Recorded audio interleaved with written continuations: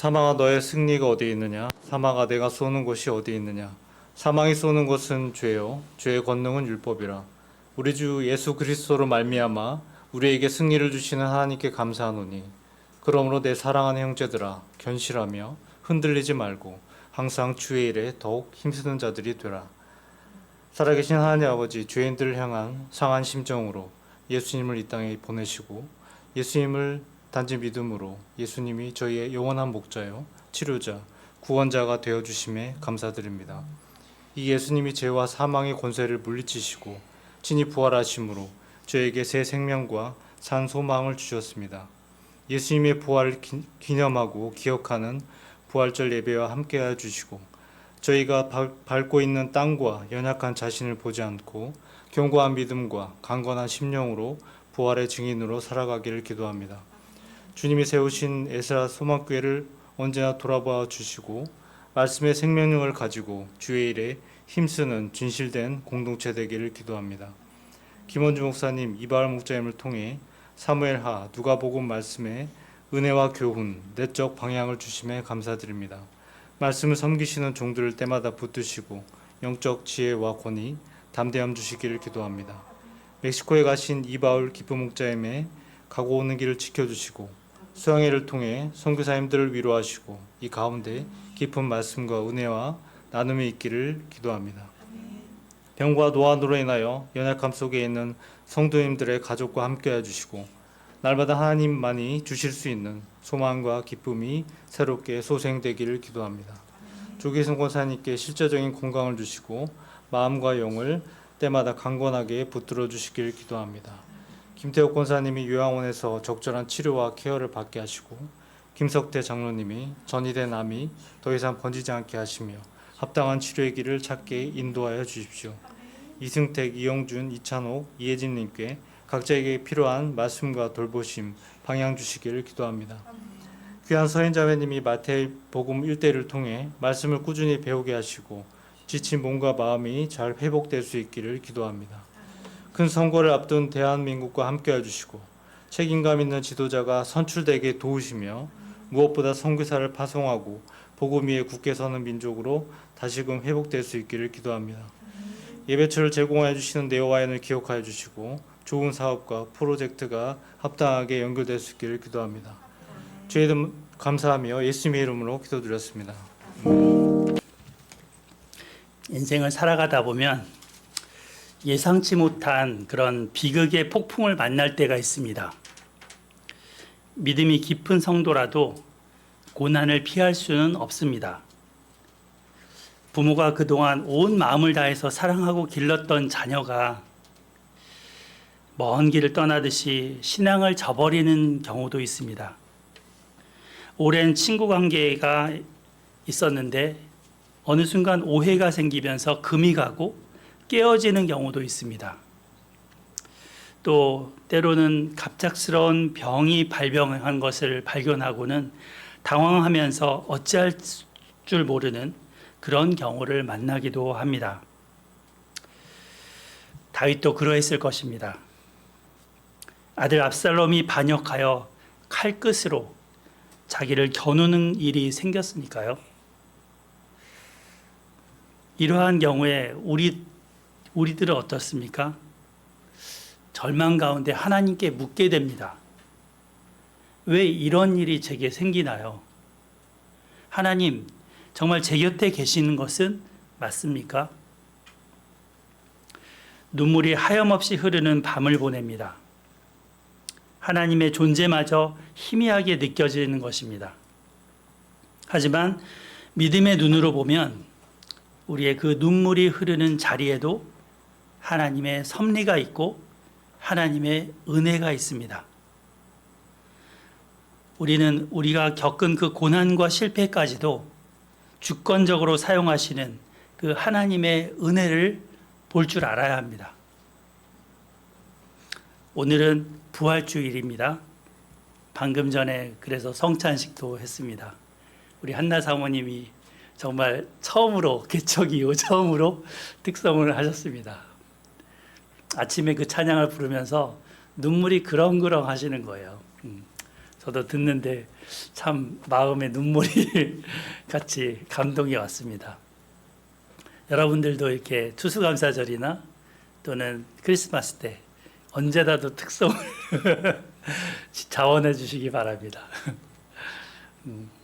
하나님께서 기뻐 받으셨으리라 믿습니다. 이 부활은 우리 믿음의 여정에 가장 큰 희망을 주는 근거입니다. 인류 역사상 최악의 비극이었던 예수님의 십자가 죽음. 하지만 인류 역사상 가장 놀라운 승리로 기록되는 사흘 만의 부활. 이것이 완전히 뒤바뀐 그 날을 우리는 부활주일로 보내고 있습니다. 이것처럼 우리는 하나님은 우리가 겪는 가장 어두운 순간에도 놀라운 은혜를 가지고 바꾸시는 분이십니다. 시편에 보면 상당히 많은 시가 탄식시입니다. 고통 중에 하나님께 부르짖는 시입니다. 근데 그들이 시편 그 편마다 뒤에 가면 역전시키는 하나님을 만나서 찬양으로 마무리 짓는 시가 많습니다. 하나님의 은혜를 경험한 것이죠.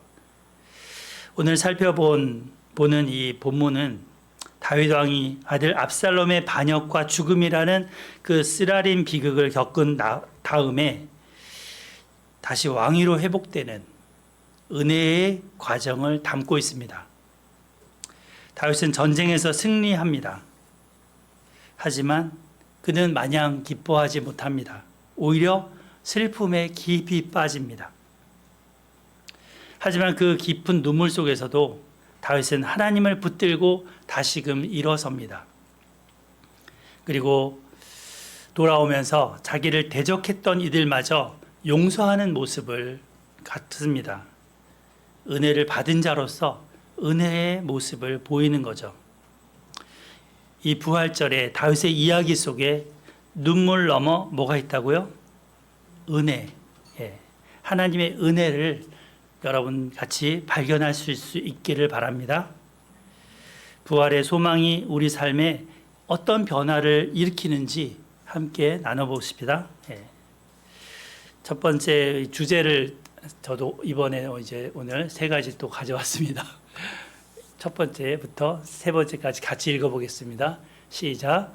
인간 교만의 결과. 두 번째, 아버지의 사랑. 세 번째, 하나님의 뜻에 대한 순종. 네.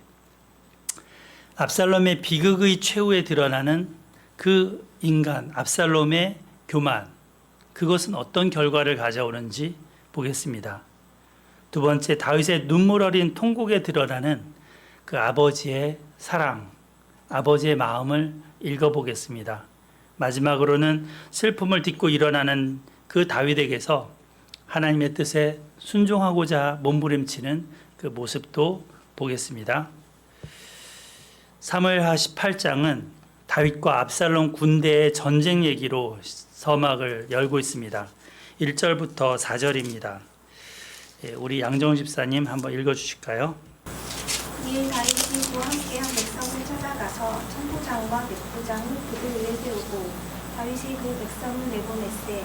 3분의 1은 요압의 휘하에 3분의 1은 스루야의 아들 요압의 동생 아비새의 휘하에 넘기고 3분의 1은 가드 사람 이새의 휘하에 넘기고 왕이 백성에게 이르되 나도 반드시 너와 함께 나가리라 하니 백성들이 이르되 왕은 나가지 마소서. 우리가 도망할지라도 그들은 우리에게 마음을 쓰지 아니할 터이요 우리가 절반이나 구축을지라도 우리에게 마음을 쓰지 아니할 터이라.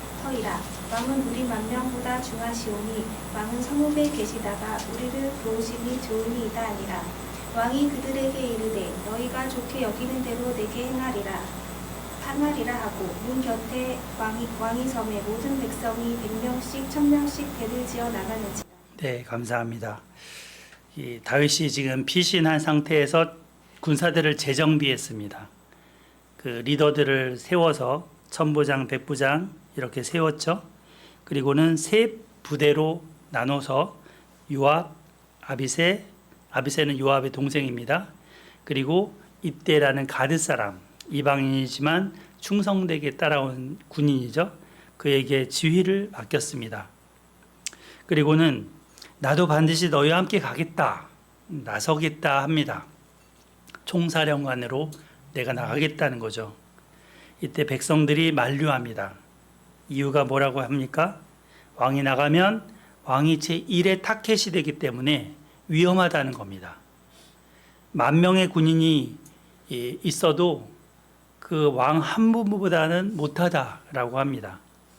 그러니까 성에 계시는 게 우리를 돕는 겁니다 하니까 다윗 왕도 굳이 더 이상 주장하지 않고 백성들의 뜻을 따랐습니다. 다윗은 결국 성읍에 남았지만 이 장군들과 군사들에게 특별한 명령을 한 가지 하게 됩니다. 잘 싸고 와, 이게 아니죠. 승리하고 와, 이 말을 남긴 게 아닙니다. 5절 우리 이은영 권사님 읽어주실까요? 왕이 요압과 아비새와 이때에게 명령하여 이르되 나를 위하여 젊은 압살롬을 너그러이 대우하라. 왕이 압살롬을 위하여 모든 군지관에게 명령할 때 백성들이 다 들으니라. 네, 감사합니다. 다윗은 비록 압살롬이 반역을 저질렀지만 뭐라고 해요? 젊은 압살롬을 해치지 말라, 너그러이 대우하라 라고 당부합니다. 여기 화면 잠깐 보시면 제가 번역 성경을 여러 개 좀 가져와 봤습니다. 새 번역 성경에서는 어린 압살롬이라고 표현했습니다. 나르라는 히브리어 단어인데요. 그 어리다라는 소년이다라는 뜻으로 많이 쓰입니다. 그래서 어린 압살롬 이렇게 붙였습니다. 그러니까 천지분간 못하는 어린애가 지금 저지른 일이다. 아버지 나를 봐서라도 좀 너그럽게 대해달라라는 특별한 부탁입니다. 이 명령은 왕으로서의 명령이라기보다는 아버지로서의 부탁이죠. 비록 압살롬이 자기를 죽이려 한 원수고 지금 싸우러 나가는 군인들이 최전선에서 지금 대적해야 할 원수이지만 그는 여전히 다윗 자기 아들이기 때문입니다. 다윗의 이 간곡한 부탁, 그 속에 자식을 향한 아버지의 마음이 절절하게 묻어 있습니다. 부드럽게 좀 다뤄주시오. 좀 아이러니하죠? 적과 싸우러 가는데 그 적, 잘 좀 대해달라는. 네. 이윽고 에브라임 숲에서 전투가 벌어졌습니다. 7, 8절을 보면 같이 읽어볼까요? 7, 8절. 시작. 거기서 이스라엘 백성이 다윗의 부하들에게 패함에 그 20,000명에 이르렀고 그 땅에서 사면으로 퍼져 싸웠으므로 그달의 숯불에서 죽은 자가 칼에 죽은 자보다 많았더라. 네. 다윗의 부대는 이 숯불을 무대로 해서 전쟁을 하고자 했습니다.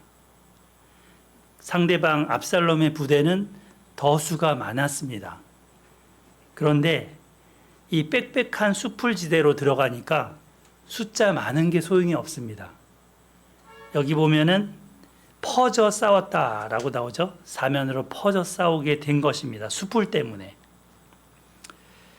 그 압살롬의 수많은 병력도 혼란에 빠졌습니다. 그리고 많이 희생됐습니다. 그들은 집중하지 못하고 뿔뿔이 퍼져 있었고 지형적인 조건 속에서 불리한 싸움을 했습니다. 마치 그 숲 자체가 병사들을 삼켜버리듯이 이렇게 했습니다. 숲풀에서 죽은 자가. 그러니까 전쟁의 승패가 이 인간의 힘이나 숫자에 달린 게 아니었습니다. 하나님이 자연환경까지도 주관적으로 사용하셔서 주권적으로 사용하셔서 다윗 군대를 도우신 겁니다. 하나님의 보이지 않는 손길이 역사했습니다. 하나님이 승리를 주셨습니다. 나중에 구스의 사람이 소식을 전할 때 이런 뒤에 이야기가 나오죠. 그리고 제사장의 아들이 전하는 얘기가 나오죠. 거기 보면 28절에 왕의 하나님 여호와를 찬양하리로소이다. 그의 손을 들어 내 주 왕을 대적하는 자들을 넘겨주셨나이다. 이 전쟁의 승리는 누구 때문이다? 하나님 때문이다 라고 말합니다. 하나님께서 승리를 주셨습니다. 9절에 보면 이제 이 패배로 인해서 도망가게 되는 그 군사들처럼 압살롬도 다윗의 부하들을 피해서 이렇게 가던 중에 어떤 사건을 만나게 됩니다. 9절인데요. 우리 이승태 목사님 한번 읽어주실까요? 압살롬이 다윗의 부하가 넘치니 그것입니다.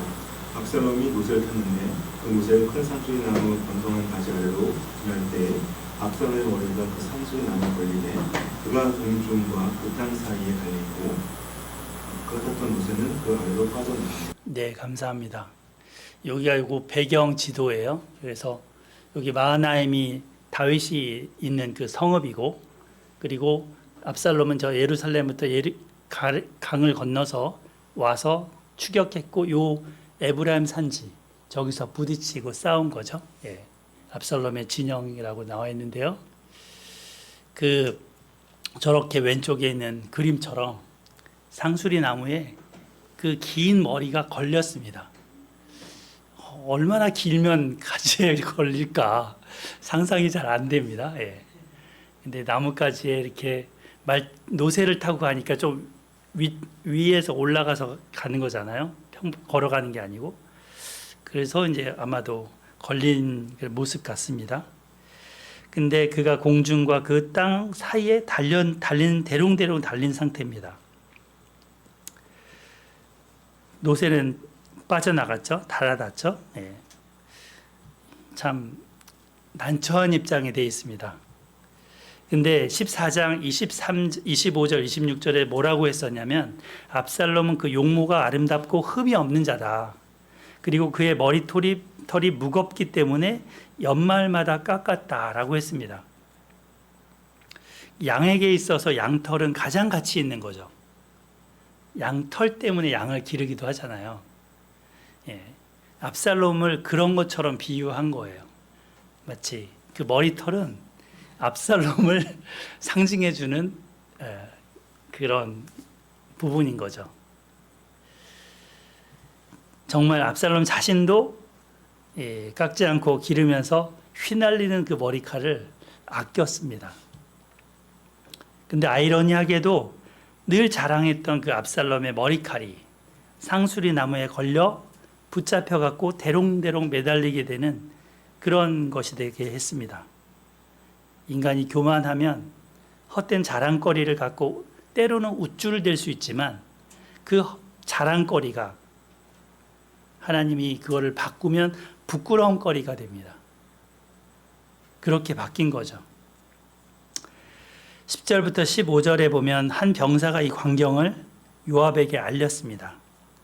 요압은 왜 죽이지 않았냐고 다그쳤는데 왕이 명령하지 않았냐고 너그럽게 대해달라고. 그래서 자기는 할 수 없다 말하죠. 그 사람은 왕에게 충성된 사람입니다. 반면에 요압은 압살롬을 죽이고자 찾아갔죠. 그리고는 다윗의 명령 그것을 자기도 알고 있고 들었지만 거침없이 손에 작은 창 3개를 가지고 가서 나뭇가지에 매달린 압살롬의 심장을 찔렀습니다. 툭 땅에 떨어졌습니다. 이때 10명의 압살롬의 부하들이 달려들어서 그를 에워싸고 압살롬을 쳐 죽였습니다. 순식간에 압살롬은 시신으로 바뀌었습니다. 축 늘어진 그 시신을 깊은 구덩이에 구멍이라고 되어 있는데 거기에 던졌고 그 위에다가 돌을 쌓았습니다. 큰 돌 무더기가 압살롬의 몸 위로 쌓였습니다. 그토록 화려했던 압살롬, 잘 나갔던 압살롬, 그리고 다윗의 뒤를 이어서 자기가 왕 되겠다고 나서서 최고의 자리에 올라섰던 그 압살롬이 마지막은 이렇게 묘실에 묻히지도 못하고 한 구덩이에 돌무더기에 밑에 깔려 있게 됩니다. 비참한 비극입니다. 이 비극적인 결말은 인간 교만의 필연적인 대가가 뭔지를 보여줍니다. 압살롬은 그 준수한 외모, 되게 잘생겼었고 말빨도 좋았습니다. 그리고 카리스마 있었습니다. 많은 사람들이 그의 마음을 훔치는 것에 마음을 내줬습니다. 하지만 잠언 16장 18절 말씀처럼 어떻게 됐나요? 지난번에 제가 이 부분 읽어드렸는데 새 한글 성경에 보면 이렇게 돼 있더라고요. 여기 써놨는데요. 저기 써놨죠? 왼쪽에. 예. 거만하면 산산이 부서지게 되고 마음이 높아지면 넘어지게 됩니다. 같이 한번 읽어볼까요? 16장 18절 시작. 거만하면 산산이 부서지게 되고 마음이 높아지면 넘어지게 됩니다. 예. 그러니까 압살롬 교만의 결과로 인해서 그는 부서졌고 넘어지게 됐습니다. 왕이 되겠다는 욕심과 교만으로 아버지를 등지고 하나님까지도 대적하고 했던 그 죄의 싹을 죽음으로 받게 됐습니다. 자, 그런데 압살롬이 살아있을 때 한계 하나 있습니다. 18절이죠. 예, 우리 한나 사모님 18절 읽어주실까요? 사독의 아들 아니요. 압살롬이 살았을 때 자기를 위하여 한 비석을 마련하여 세웠으니 이는 그가 자기 이름을 전할 아들이 내게 없다고 말하였음이더라. 그러므로 자기 이름을 기념하여 그 비석에 이름을 붙였으며 그 비석이 왕의 골짜기에 있고 이제까지 그것을 압살롬의 기념비라 일컫더라. 아멘. 이게 3000년 전이니까 그 비석에 있을까 저는 싶었거든요. 근데 사진을 찾아보니까 이렇게 있더라고요. 예루살렘에 있는 압살롬의 비석이랍니다. 기념비. 예. 성지순례 갈 때는 못 봤는데 예. 있었습니다. 네. 자, 여기 18절 보면 압살롬의 속마음을 엿볼 수 있습니다. 그는 자기 이름 석자 압살롬 이름도 참 별로 좋지는 않은데 이것을 사람들이 기억해 주길 바랬습니다. 그런데 좋게 기억해 주기를 바랬겠죠. 자기를 위한 비석, 기념비를 그래서 세우도록 했습니다. 공원에 가보면 우리는 심심찮게 기념비를 볼 수 있습니다. 그 기념비에는 글이 써 있고 또 그걸 남긴 사람의 이름도 써 있을 때가 많습니다. 호랑이는 죽어서 가죽을 남기지만 사람은 죽어도 뭘 남긴다? 이름을 남긴다. 네. 그런데 이 압살롬은 자기 생애가 후대에 좋게 기억되도록 비석은 남겼지만 삶은 그렇게 살지 않은 겁니다. 아무리 기념비를 세웠어도 이름을 여기저기 적어 놨어도 그 삶이 악한 삶이면 악한 이름만 남습니다. 그건 차라리 이름이 안 남는 게 더 좋습니다. 우리가 빌라도랄지 가롯 유다랄지 이런 사람들 이름을 기억하지만 사실은 그들은 그렇게 남기를 원치 않았겠죠. 그래서 아이러니입니다. 또한 그는 비참하게 죽었을 뿐 아니라 대를 이을 아들이 없다고 합니다. 근데 앞서 14장 27절, 여기 14장 27절에 보면 아들 셋과 딸 하나를 낳았다고 기록이 성경에 되어 있습니다. 왜 없다고 할까요? 여기에 대해서 침묵하기 때문에 추정할 수밖에 없죠. 예. 일찍 죽은 것이 아닐까? 또 어떤 학자들은 마치 이 사람을 대헤롯처럼 아이 2살 이하 아이들을 또 자기 아들까지도 왕이 되려는 그것을 싫어해서 아들까지 죽이는 그런 것까지 약간 비약 같긴 한데 그렇게도 추정을 합니다. 자녀들까지 그가 죽이지 않았을까라고까지요. 여하튼 압살롬의 죽음은 결코 단순한 우연이 아니었습니다. 그냥 막 도망가다가 우연히 상수리나무에 옷 머리가 딱 걸린 그게 아니고 하나님의 심판과 같은 필연입니다. 또한 다윗의 죄로 말미암는 그 가정에 임한 징계의 일부입니다. 죄는 반드시 대가를 치른다는 하나님의 공의가 이루어진 것입니다. 근데 이 가운데도 다윗은 하나님이 버리지 않으셨습니다. 다윗 언약이라 불리는 그 약속 때문에 압살롬의 이 쿠데타로 완전히 다윗은 끝나는가 싶을 수 있었는데 끝나지 않았습니다. 그가 예루살렘에서 도망쳐 나올 때 이렇게 말했죠. 혹시 여호와께서 나의 원통함을 감찰하시리니 혹시 오늘 그 저주 때문에 여호와께서 선으로 내게 갚아주시리라. 하나님께 일말에 기대를 하면서 하나님께 아뢰었습니다. 하나님은 다윗에게 선으로 갚아주셨습니다. 그 원통함을 감찰하셨습니다. 하나님의 공의와 긍휼이 이 전쟁과 사건 속에서 역사한 것입니다. 하나님은 죄악을 용납하지 않고 심판하시지만 동시에 택하신 백성에게는 헤세드를 끝까지 지키십니다. 그래서 다윗이 시편 23편에 보면 그의 인자하심과 선하심과 인자하심이 어떻다고요? 정녕 나를 따르리니. 이게 따른다는 게 추격한다는 거예요. 뒤쫓는다. 내가 어디를 가든 그것을 피할 수 없다라는 고백입니다. 하나님의 선하심과 인자하심이 다윗과 함께 했습니다.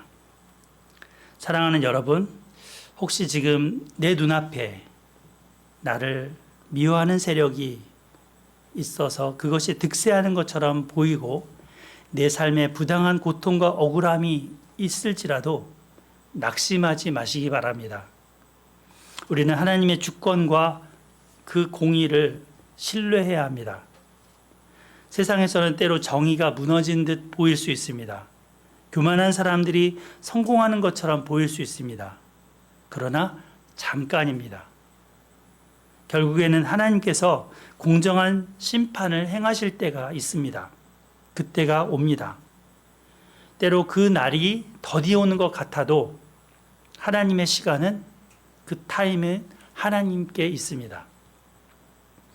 이것이 십자가의 죽음과 부활 사건을 우리에게 주시는 메시지이기도 합니다. 예수님께서 십자가에 달리셨을 때 세상은 악으로 다 승리한 것처럼 보였습니다. 거짓이 승리한 것처럼 보였습니다. 마찬가지 우리 삶에서도 그러한 모습이 보일 때가 있습니다. 그렇지만 부활의 아침이 왔습니다. 하나님께서 정의와 생명의 승리를 선포하셨습니다. 하나님은 그 선하신 뜻으로 우리 삶에도 승리를 주실 것입니다. 당장 힘든 일이 있더라도 힘들 수 있더라도 인내하시고 기다리시면 하나님의 때를 만날 것입니다. 아멘. 두 번째 주제를 한번 살펴보겠습니다. 아버지의 사랑입니다. 아버지의 마음입니다. 압살롬의 죽음으로 전쟁은 끝이 났습니다. 19절부터 32절까지 뒷부분에 하나의 이야기가 쭉 이어지는데요. 여기서 제가 그 부분 따왔습니다. 여기 뭐가 보이십니까? 지난 글씨. 소식, 그렇죠? 예. 소식이라는 단어입니다. 여호와께서 왕의 원수 갚아주신 소식. 소식을 전하는 자. 네가 오늘 소식을 전하지 못하리라. 이 소식으로 말미암아서는 너는 상을 받지 못하리라.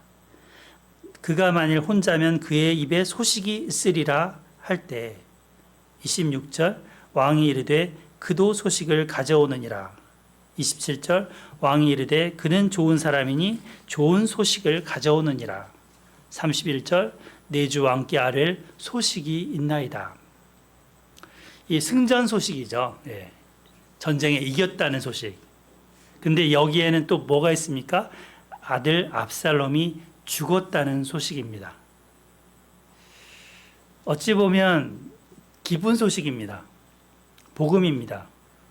하지만 아버지로서의 다윗에게는 어때요? 슬픈 소식입니다.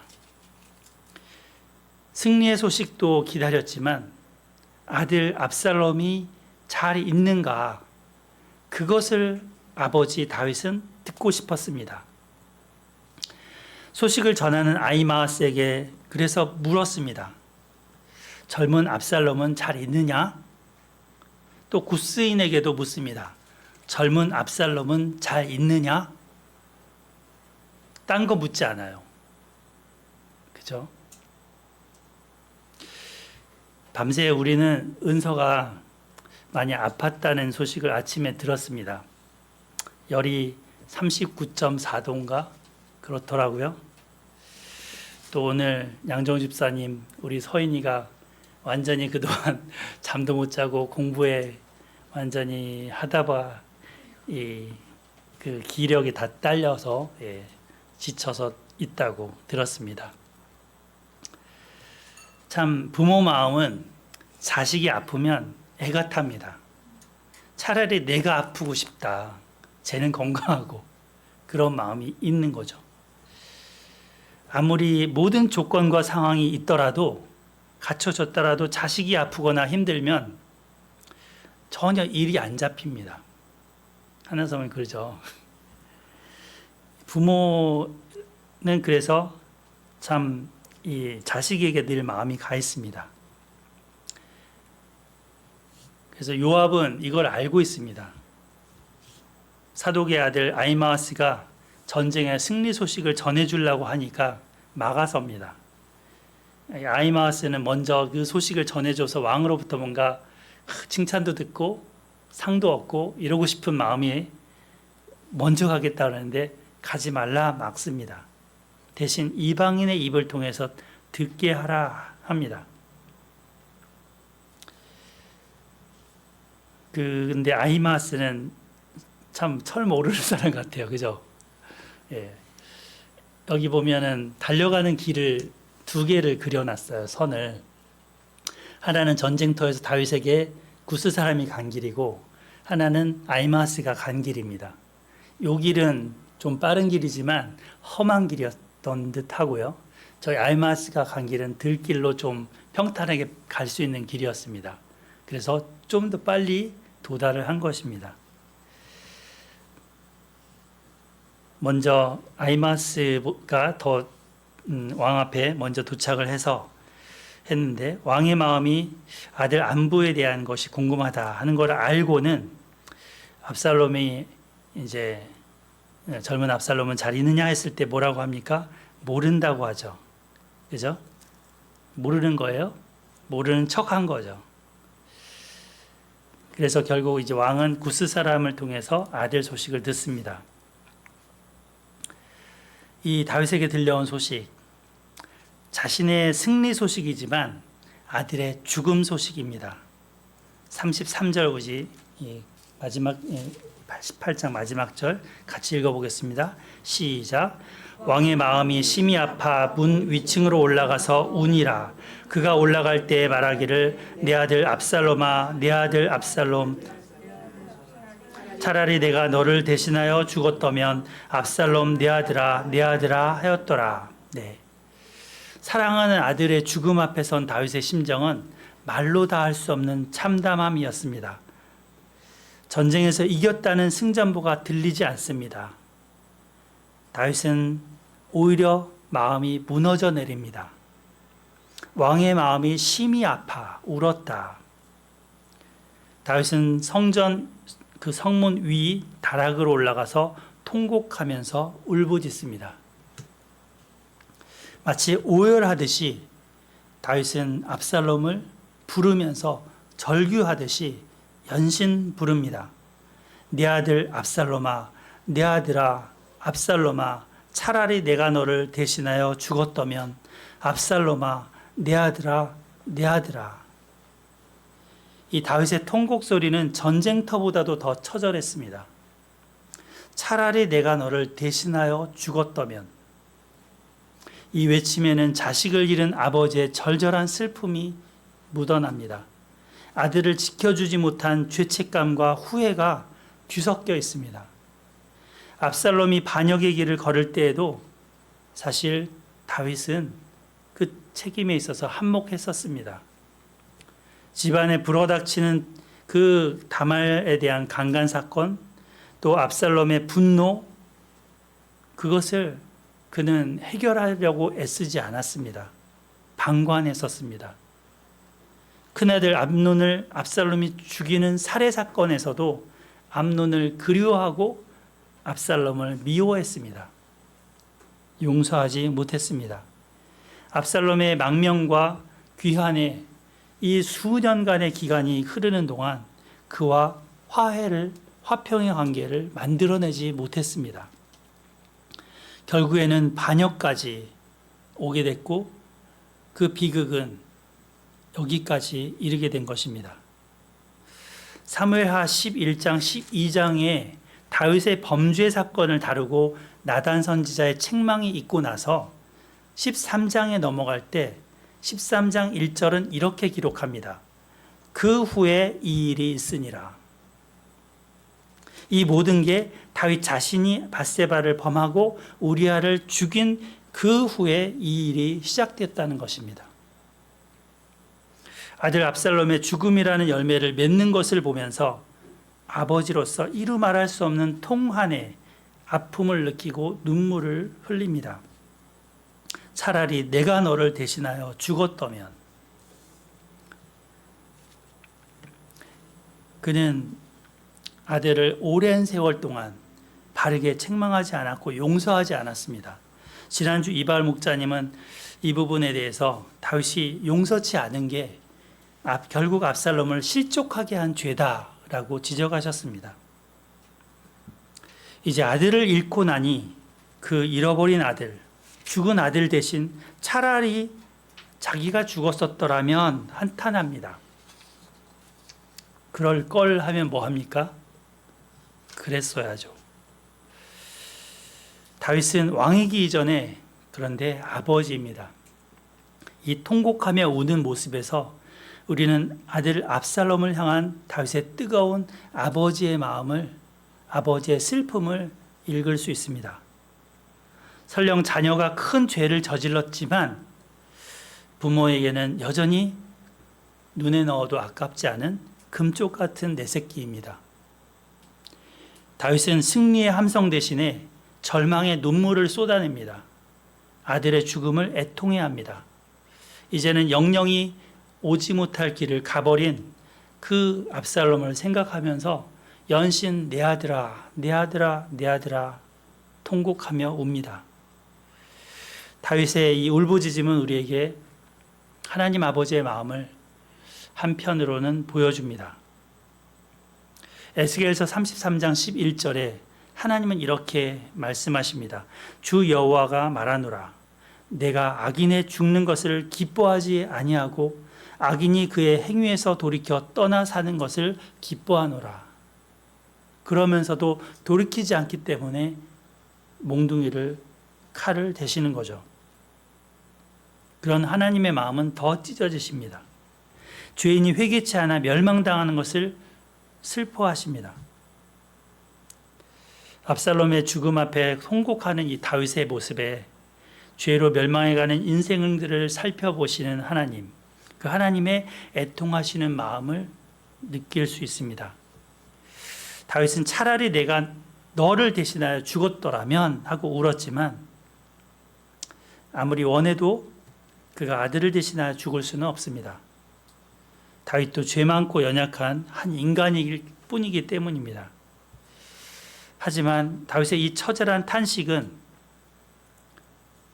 대신하여 죽으시는 그리스도의 모습으로 우리에게 나타나게 됩니다. 다윗 왕의 자손으로 오신 예수 그리스도는 하나님 아버지의 아들로서 이 땅에 오셨습니다. 그분은 반역한 자녀들을 대신해서 실제로 대신 죽으셨습니다. 독생자이신 예수님은 그 아버지의 마음을 알고 내려오셨습니다. 죄인 되어서 반역했던 인류를 대신해서, 나를 대신해서, 여러분을 대신해서 그 죄를 지고 자신이 대신하여 죽으셨습니다. 다윗이 이루지 못했던 내가 너를 대신하여 죽었다면 했던 그 외침을 예수님은 십자가상에서 이루셨습니다.